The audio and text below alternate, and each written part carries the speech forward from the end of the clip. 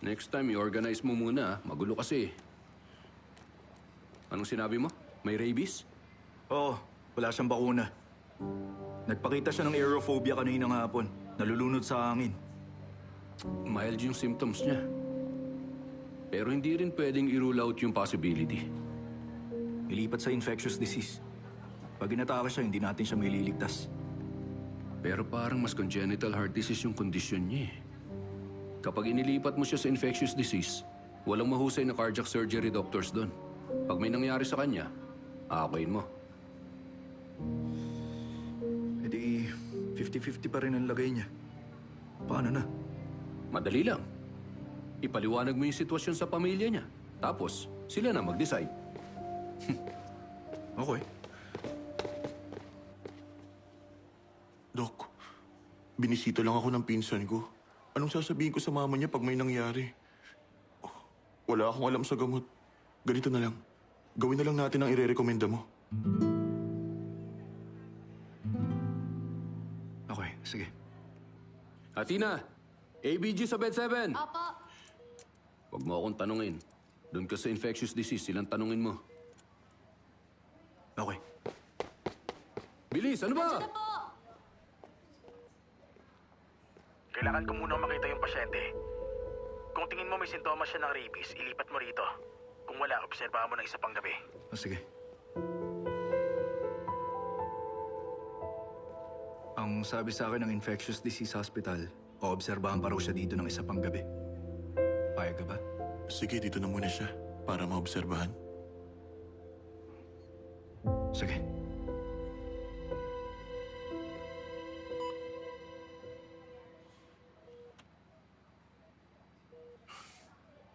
Tanungin mo ang pamilya niya. Sundin mo sasabihin ng pamilya. Oh, sige. Okay, oo, sige. Okay lang siya, tumahan na kayo. Kasama niya ako. Tawagan ko na lang kayo ulit. Dok, sabi ni tita, bakunado daw yung aso nila. Wala daw nakitang senyales ng rabies nung namatay. Dapat okay lang siya. Paano? Ano nang pasya mo? Dito muna, para obserbahan. Sige. Dok, iligtas niyo yung pinsan ko, please. Nangako ako sa kanya na dadalhin ko siya sa Yandu. Kailan ko lang siya sinama sa hiking. Hindi pa niya nararating ang tawhayan. Please lang, parang awa niya na. Sige. Please po.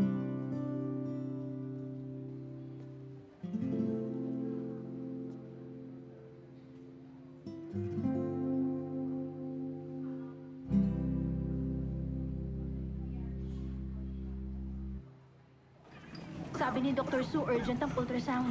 Pilitin natin sila. Ganyan din yung isang pasyente kahapon. Bigla na lang siyang...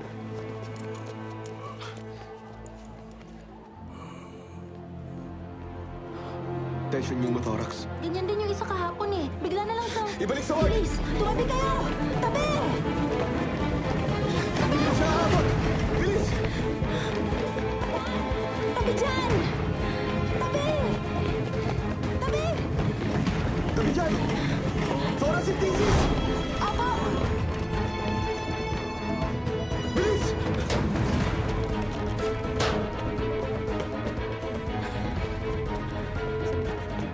Please, lumayo kayo! Huwag kayong tumayo dyan!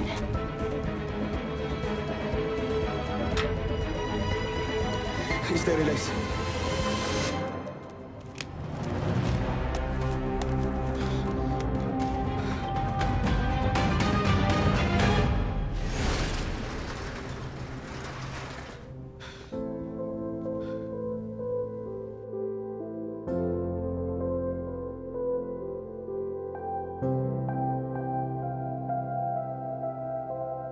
Ako dapat ang nag-revive sa kanya. Laman ng isip ko. Alam kong paghiwa sa trachea niya lang ang paraan para hindi siya masuffocate. Bakit di ko kaya magbasya gaya ng ginawa ni Yang Ming kung kailan kailangan? Ang alam ko lang, wala ka namang nilabag na protocols. No? Tatapatin na kita. Kahit mamatay pa ang patient, hindi ka pa rin makakasuhan dahil doon ng pamilya ng pasyente. Pero ang pamilya ko, kung nandito ang teacher ko, pupurihin niya si Yang Ming. Bakit? Sa kritikal na sitwasyon, pagliligtas sa buhay ng pasyente daw ang dapat na unahin. Kapag tinitimbang mo ang pros at cons, di ka magaling na doktor.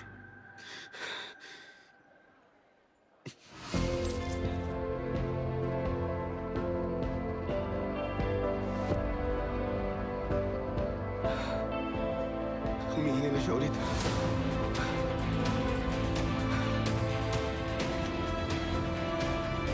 Dalhin sa ward. Opo, tayo na.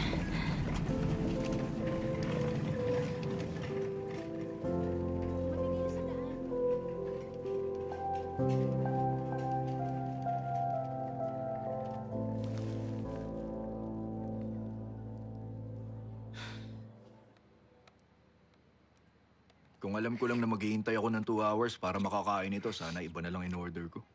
Ano yan sa'yo? Huwag ka nga magpaka-cool dyan. Ang sabi ni Dr. Su, dahil sa injection mo, na-expel yung gas sa chest ng patient, na-reduce ang thoracic pressure at nailigtas siya. Yun ang first time kong makaharap ng namamatay na patient. Kung naibalik ko lang siya sa ward, hindi akong gagawa nun. Ako na sana gagawa nun, kaso walang chance. Kailangan ko kasing sumagot at gumawa ng tawag. Ay, pag inumpara ka, patay ka.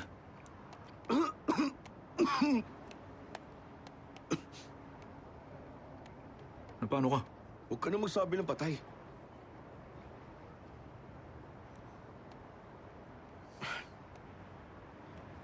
Hindi ikaw ang may kasalanan dun sa nangyari.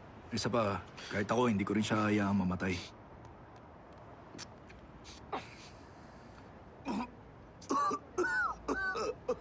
Paano ka ba? Ayoko na cilantro. Oh, yan. Kalahati na yan, di mo napansin? Ano ka ba? Tira mo naman ako.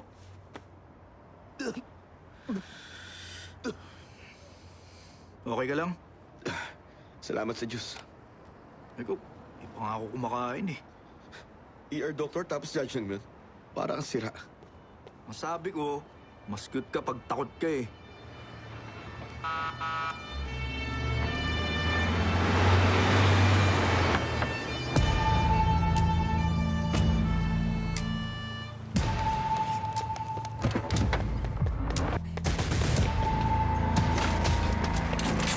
Pagalagay niya. 42 years old. May sudden chest pain. Tumigil ang puso 10 minutes pagkasakay. CPR kanina pa. May myocardial infarction sa ECG.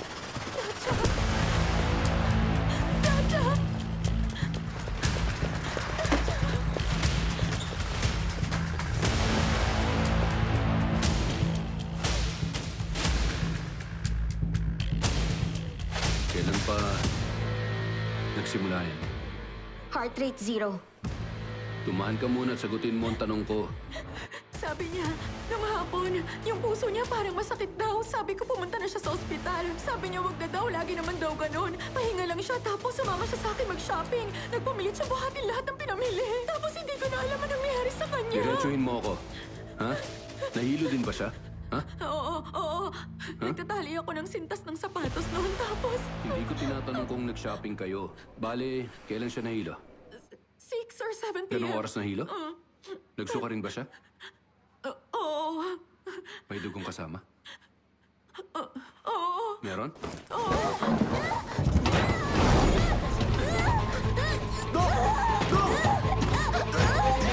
Itawag mo ako! Ready sa tagyan! Kunin yung kit!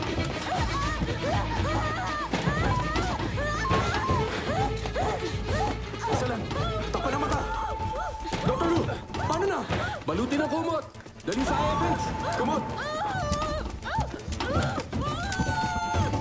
Athena, tawagan si Dr. Su! Yes, Doc.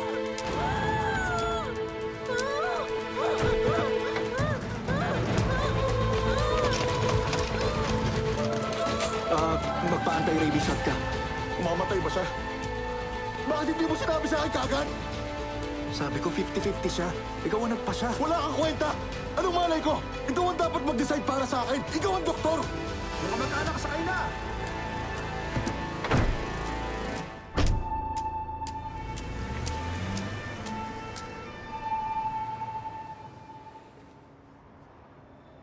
Tara na.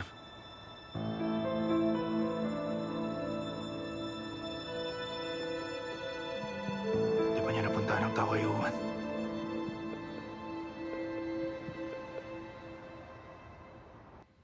Stable na ang heart rate at blood pressure niya. Kusang nag-recover. Hindi dahil sa medication. May pag-asa pa. Pinagpahinga ko muna yung kaanak. Ay, miracle worker talaga si Dr. Su sa ER. Kapag siya ang in charge, nalulutas lahat. Huwag muna kayong ma-excite. Nakausap ko yung pamilya. Nung himatayin ng pasyente, tumama ang ulo niya sa coffee table. Inexamin ko likod ng ulo niya. May trauma sa scalp. May malaking langib na nabuo sa palibot ng sugat. Butas at malambot kapag pinisa. Pwede may skull fracture at intracranial hemorrhage. Akala ko pa naman tapos na. Anong tingin mo, Dr. Wang?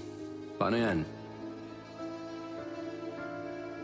Concurrent bleeding ang biggest concern sa heart attack. At ang main treatment sa heart attack, thrombolysis at interventional procedures. Puro anticoagulation. Pag may bleeding, hindi mapipigilan. Tapos, bawal ang anticoagulants. Ganito, itong multiple question, kayo nang bahalang dalawa, ha? Tayo na. Kailangan pa kami sa taas. Taga.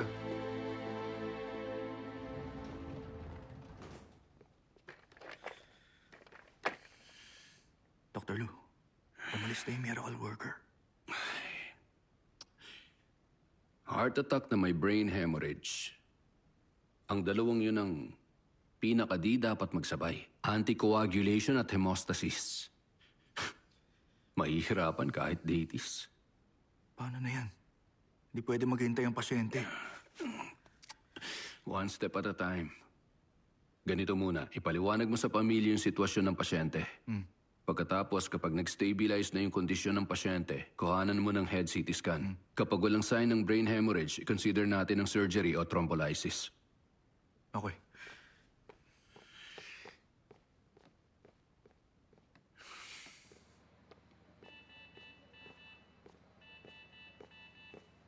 Emergency sa bed 5! Dr. Lu!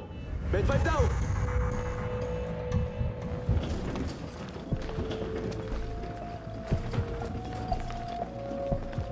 Ako na. 150 joules, AED. 150 joules.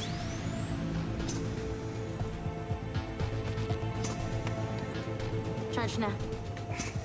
Clear.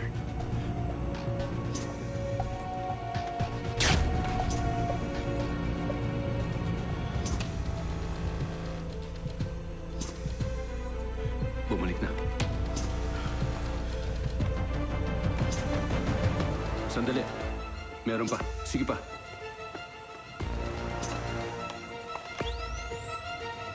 Charge na.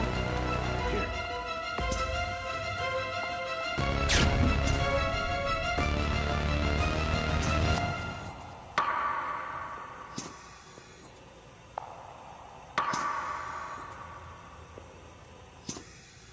Wala. Sige pa.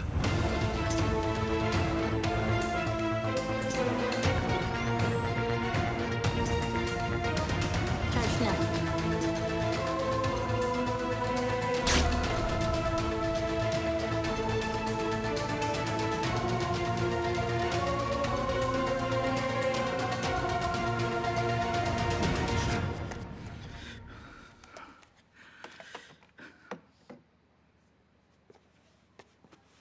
Naging stable din. 8 shocks. Ang tindi. Kalahating oras din yun. Para tayo nagpatintero. Doc, kaya niyo mag-jumping jack na matagal? Ako 10 minutes lang. Grabe ka. Hindi pwede to. Meron siyang AMI. Kahit ma-stabilize temporarily ang pulso niya, kung barado ang coronary arteries, may risk pa rin. Sa kondisyon niya ngayon, malabo ang CT scan. May intracranial bleeding. Pero sa thrombolysis, mas malaki ang risk. May tsansa na maparalyze siya o mamatay. Dr. Lu, sa ngayon, thrombolysis lang ang pwede. Pag kumilos, may pag-asa pa pag hindi mamamatay siya.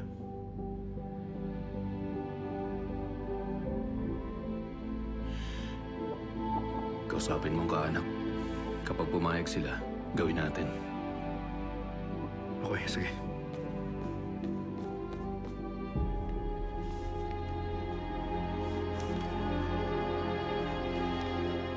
Eddie, maliligtas ang asawa ko kapag pumayag ako sa thrombolysis, ha? Pag natanggal ang bara, balik normal na uli ang function ng puso. Pero may risk na posibleng lumala ang brain hemorrhage. Brain hemorrhage? Anong tsansa ng brain hemorrhage? Hindi pa namin masasabi sa ngayon. Eh, paano kung hindi nyo gawin? Pwede siyang mamatayan ng mga oras.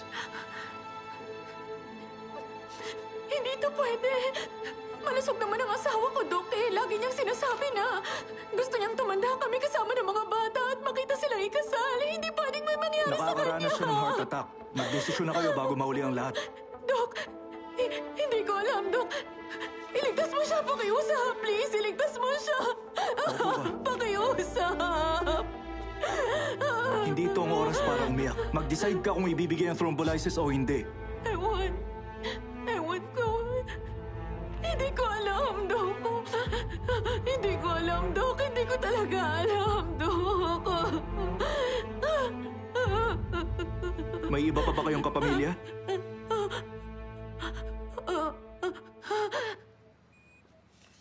May kuya, ate at bunsong kapatid. Matatagal ang papuntahin sila. Tinawagan niya isa-isa. Magkakalapit sila. Gusto ng paliwanag eh. Lagi na lang. Madidili ang treatment niyan eh. Walang choice. Karapatan nilang lahat malaman eh. At kailangan natin ng consent to proceed. Batas yun, no? Nandyan na po yung pamilya. Brad, swertein ka sana. Mag-decide na sana sila. Bantayan mo siya. Ako na sa kanila.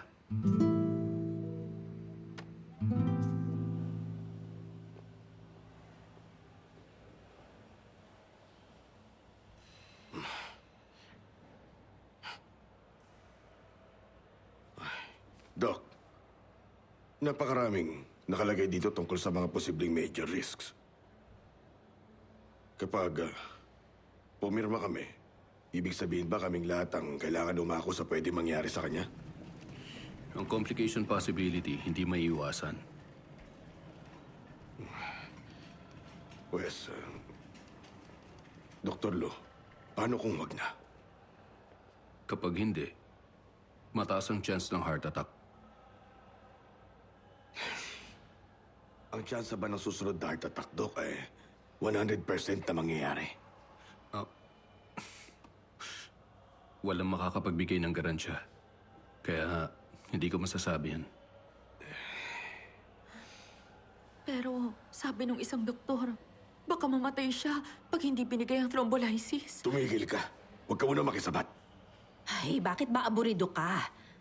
Teka, Doc. Anong myocardial infarction ang meron siya? Anterior wall. Isa-search ko sa internet.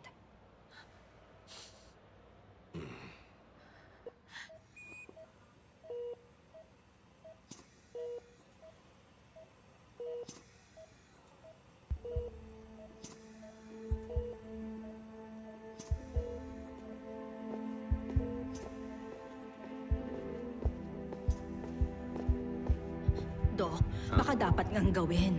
Sabi sa internet, delikadong sakit ito. Maluwa at kritikal. So okay na tayo? Thrombolysis na? Huwag nang patagalin, delikado na. Hindi, Doc. Maghintay pa ho tayo ng sandali. Maghintay? Malapit na yung isa pa nating kapatid. Oh, ayun na siya. Oo, matagal na tayo magkaibigan. Bigyan mo na ako ng magandang sagot. Thrombolysis ba o hindi? Diyan na lang kaya sa ospital mo. Hindi siya pwedeng ilipat. Critical na ang kondisyon niya. Anong suggestion mo? May tiwala ako sa'yo. Bumalik ka doon. Kaya ko na to.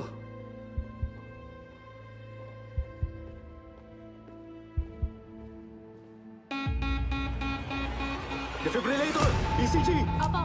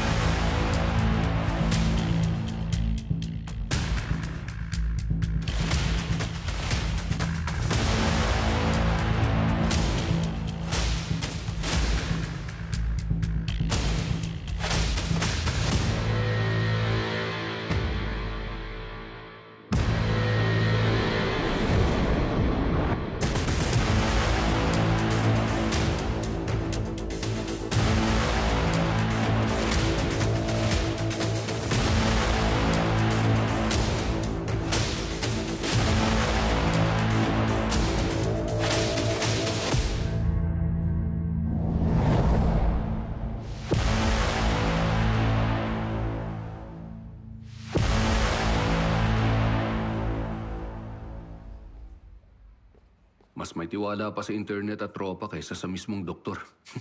Napapayag na sila? Hindi. Wala silang choice. Bakit? Ginawa ko na.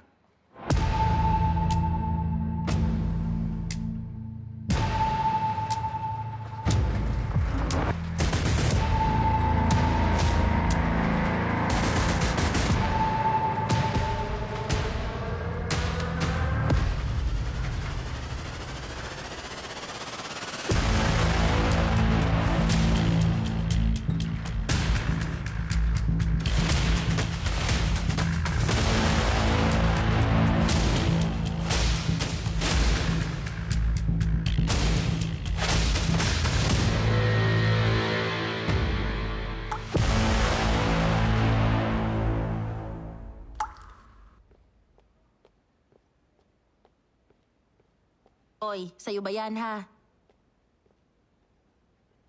Gets ko. Malilintikan ka. Siyempre, distracted ka talaga. Ngayon lang ako nakakita ng kasing pusok mo. Ganyan din si Dr. Huang last year. Kahit walang consent, gumawa siya ng biliary anastomosis. Dinimanda at pinagbayad ng multa. Muntik pa siya matanggalan ng lisensya. Higit sa lahat, nadamay pati mga superior. Hindi pa nga lipas yung gulong yun. Kung ako si Dr. Lu, kanina pa kita pinatay dyan. Magko yan.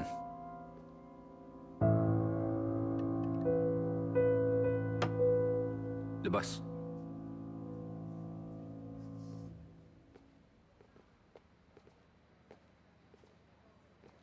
Dr. Lu, Kaya mong kumilatis. ano sabi mo? Tingnan mo.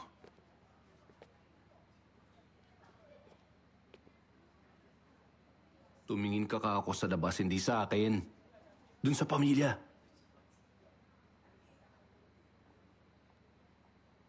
Sino sa kanila may sense at madaling kausap?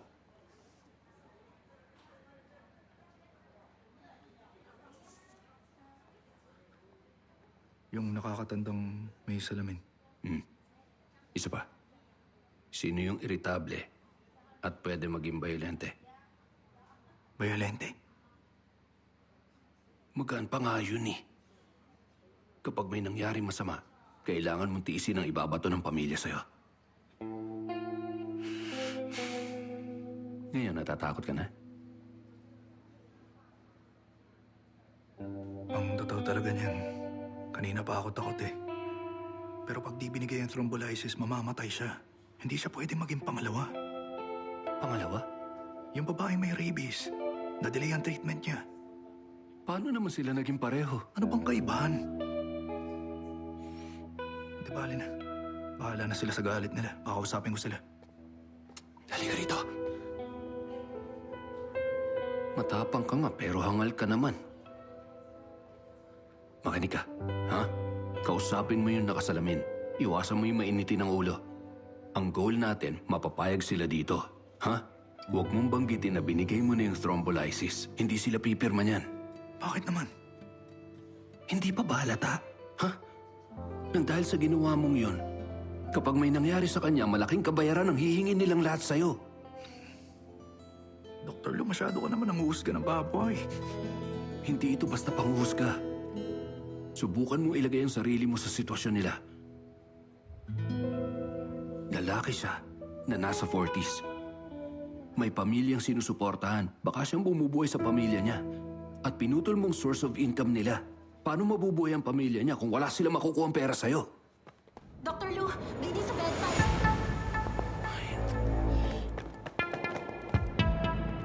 Yung ECG. Opo.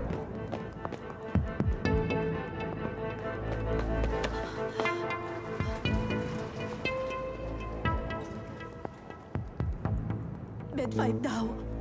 Dinig ko sabi nila may bleeding daw. Dinig ko rin. Paalisin sila. Bawal kayo dito. Ginagamot na siya ng doktor. Ano nangyari sa mga kami, nurse? Hindi kayo pwedeng pumasok. Kailangan pa namin alamin ang kondisyon niya. Huwag kayong sumigaw. Tahimik lang kung gusto niyo siyang lapitan. Guard, sige na, ako nang bahala.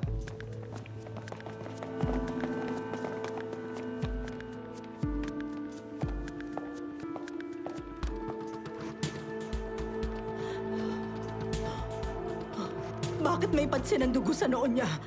Brain hemorrhage ba yan? Hindi, bleeding sa balat. Bakit siya bigla magkakaroon ng bleeding sa balat? Doc, mauuwi ba yan sa brain hemorrhage? Hindi magkaugnay ang dalawang yan, pero hindi rin pwedeng i-rule out. Ano? Ang bleeding sa balat, adverse reaction ng thrombolysis? Ikaw, ginawa mo yun sa kanya?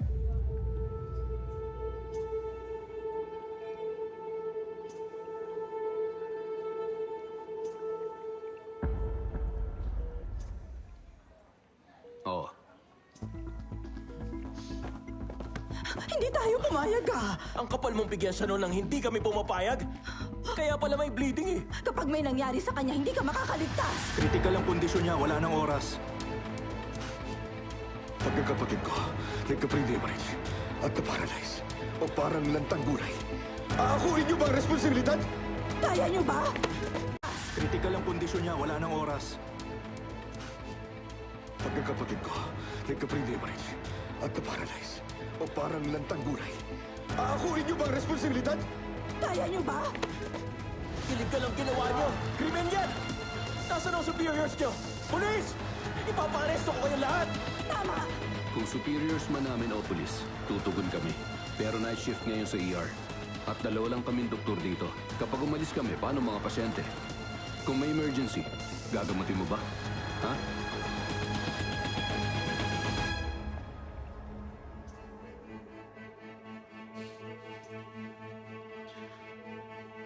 Tatanungin kita. Kaya mo bang iligtas talaga Hindi siya? ako sigurado. Ikaw! Nanggugulo kayo eh. O sige. Tayo na. Sa labas tayo. Tayo na. Tara na!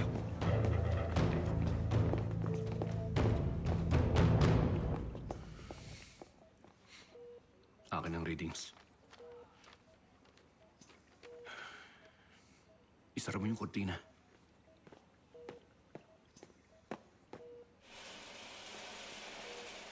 Confident ka ba? Siyempre hindi. Pero kalmado ka. Batas ng ER doctor. Kapag nagpanik, lalong hindi dapat ipakita. Kapag di mo kaya, dapat mas mukhang kaya mong gawin. Kalmado ka pa rin kahit ganyan. Ang makakapagpakalma lang sa pamilya niya ay ang composure mo. Brad, ikaw. Lahat na tinaya namin para iligtas ka. Kayanin mo yan. Huwag kang bibitaw. Ha?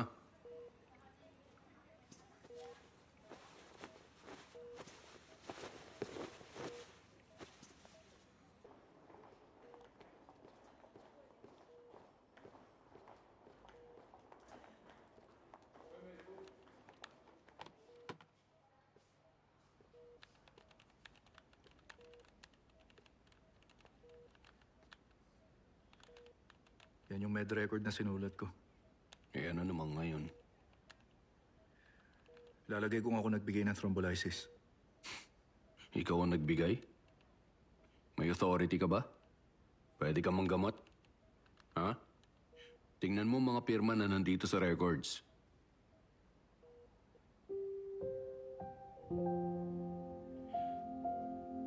Kapag nagdemanda ang pamilya niya, pareho tayong mahahabla, walang takas. Sa ala ng isa, damay yung isa. Nung pagkaalis mo kanina, ibinibigay ko pa lang yan. Di mo ako pinigilan.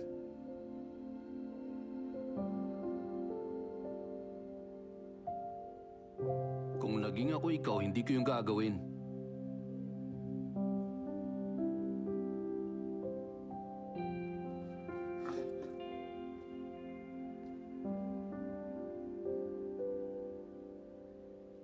Pero pag wala kang ginawa at pinanood lang na mamatay ang pasyente mo, kiss ka sa akin.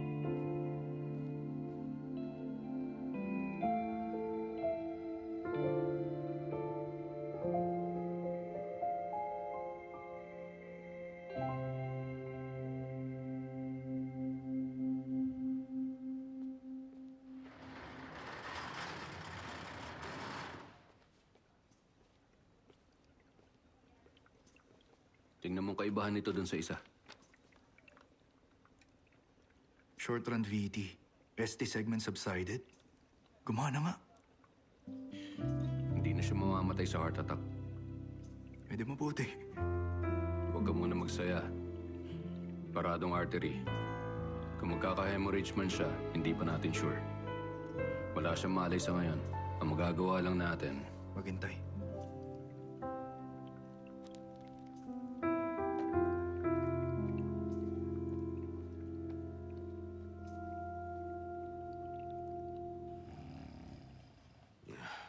Huwag kang mag-alala. Ako to. Sige na, matulog ka na ngayon.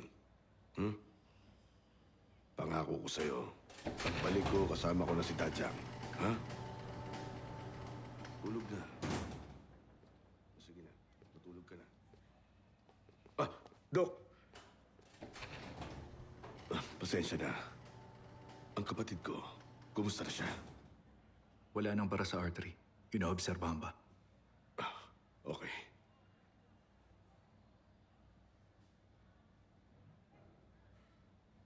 Si Mama, nasa 80 na.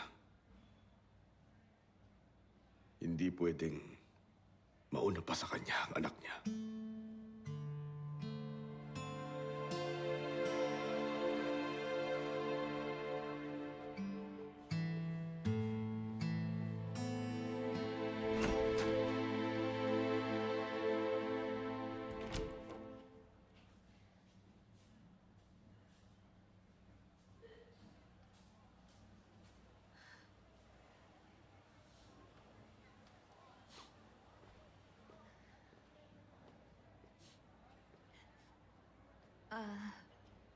Gusto ko lang malaman, Doc. Kung hindi mo yun binigay, baka ba wala na siya ngayon? Oo. Eddie, ngayong nabigyan na siya, okay na siya, di ba? Hindi pa sigurado.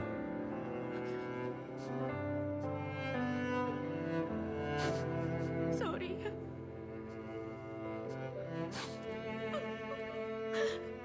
Naintindihan ko. Salamat.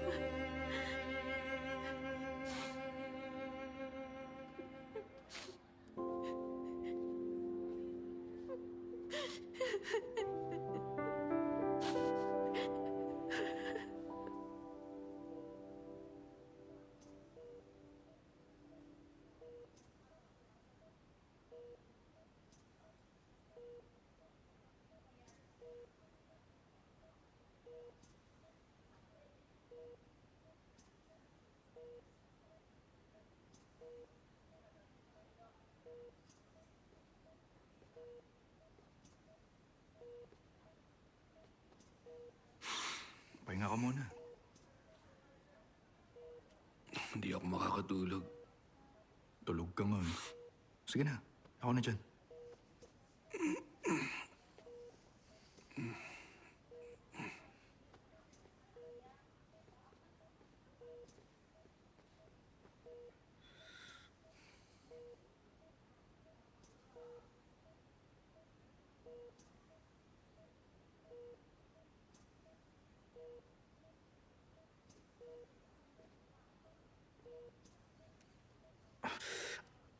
Pampagising lang. Oh, ba't kasing ka pa? Hindi rin ako makakatulog. Eh, di dito na lang. Doktor lang. Di naman siya habang buhay na walang malay, di ba? Hindi yan ang issue. Problema kapag hindi siya gumising bukas ng umaga.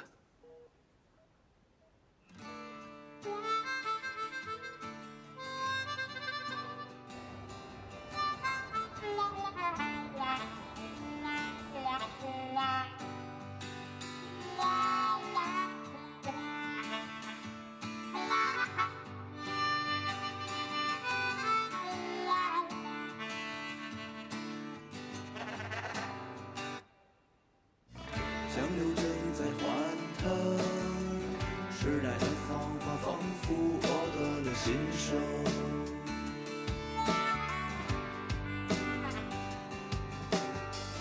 不留恋欢呼声，只想要看看未来有多少种可能。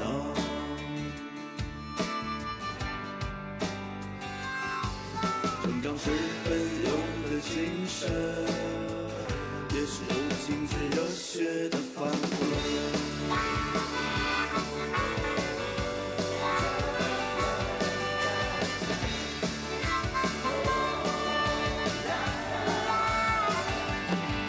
我们穿越星辰，跨过星辰黄昏，向前奔，开启全新的旅程。我们脱掉伤痕， Dr. Wang, 成 gising na po. 长的见证，向前奔，用最炙热的纯真。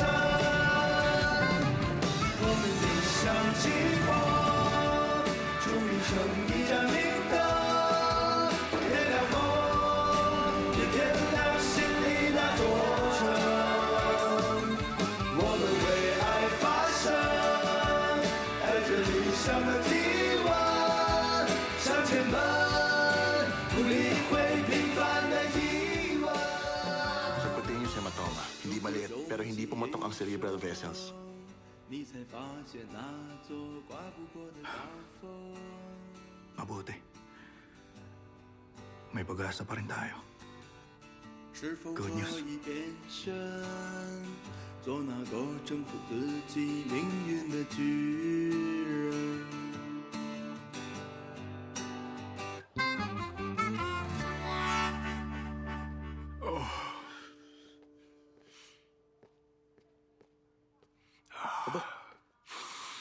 Di ko napansin to dati ah. Pag konti pa lang tao sa hallway, ang lawak. Ano na? Dahil malawak dito, magsasayaw ka na? Kung pwede ba tapos magsa-somersault pa ako. Hindi na tayo mag-aalalang maparalyze yung patient, maging malalantang gulay o mamatay. Masarap sa feeling. Dr. Lu, libre kita mamaya. Pangako na papako yun eh. Manlibre ka muna ng merienda. Sige. Akala mo ba absuelto ka na? Okay ng patient, di ba? Pumirma na ba ng consent yung pamilya ng pasyente, ha? Hindi pa. Kita mo na? Gumawa ka pa rin ng unauthorized treatment eh. Ha? Kapag nag-decide sila magdemanda, pwede nilang gawin. Pwede ngayong araw, bukas, or after ng 10 taon. Sureball na lawsuit. Talo ka sa kaso. Teka lang. Di lang ikaw. Tayong dalawa yun eh. Oh.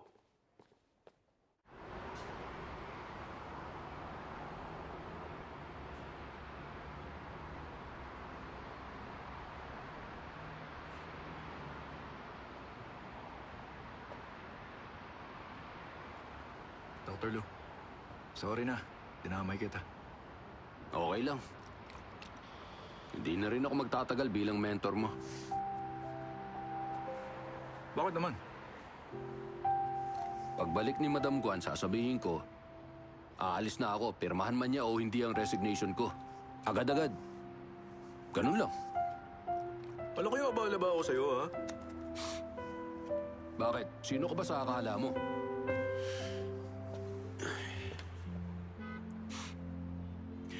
Hindi na ako nakakatulog sa gabi. Naisip ko lang na nasa 30 na ako. Dapat maghanap ng stable income at asawa, ha? Ayoko mabuhay ng laging tensyonado. Kagaya nito. Ganito ang buhay ng doktor. Humaharap tayo lagi sa buhay at kamatayan. Death fighter nga eh. Death fighter? Pero buhay ng pasyente pinaglalaban. Hindi ang buhay mo. Makinig ka. Sa pagiging doktor, bawal magkamali, bawal sumobra at medical malpractice. Umuwi na walang inaalala pagkatapos ng shift. Kaya gusto mo mag-work sa joint venture hospital? Oo, ganun na nga. Mali ba? Gusto ko, stable income eh. Gumamot ng mga sakit na hindi nakakamatay. Ayos, di ba? Gumamot ng mga sakit na hindi nakakamatay? Eh para saan pa ang doktor, ha?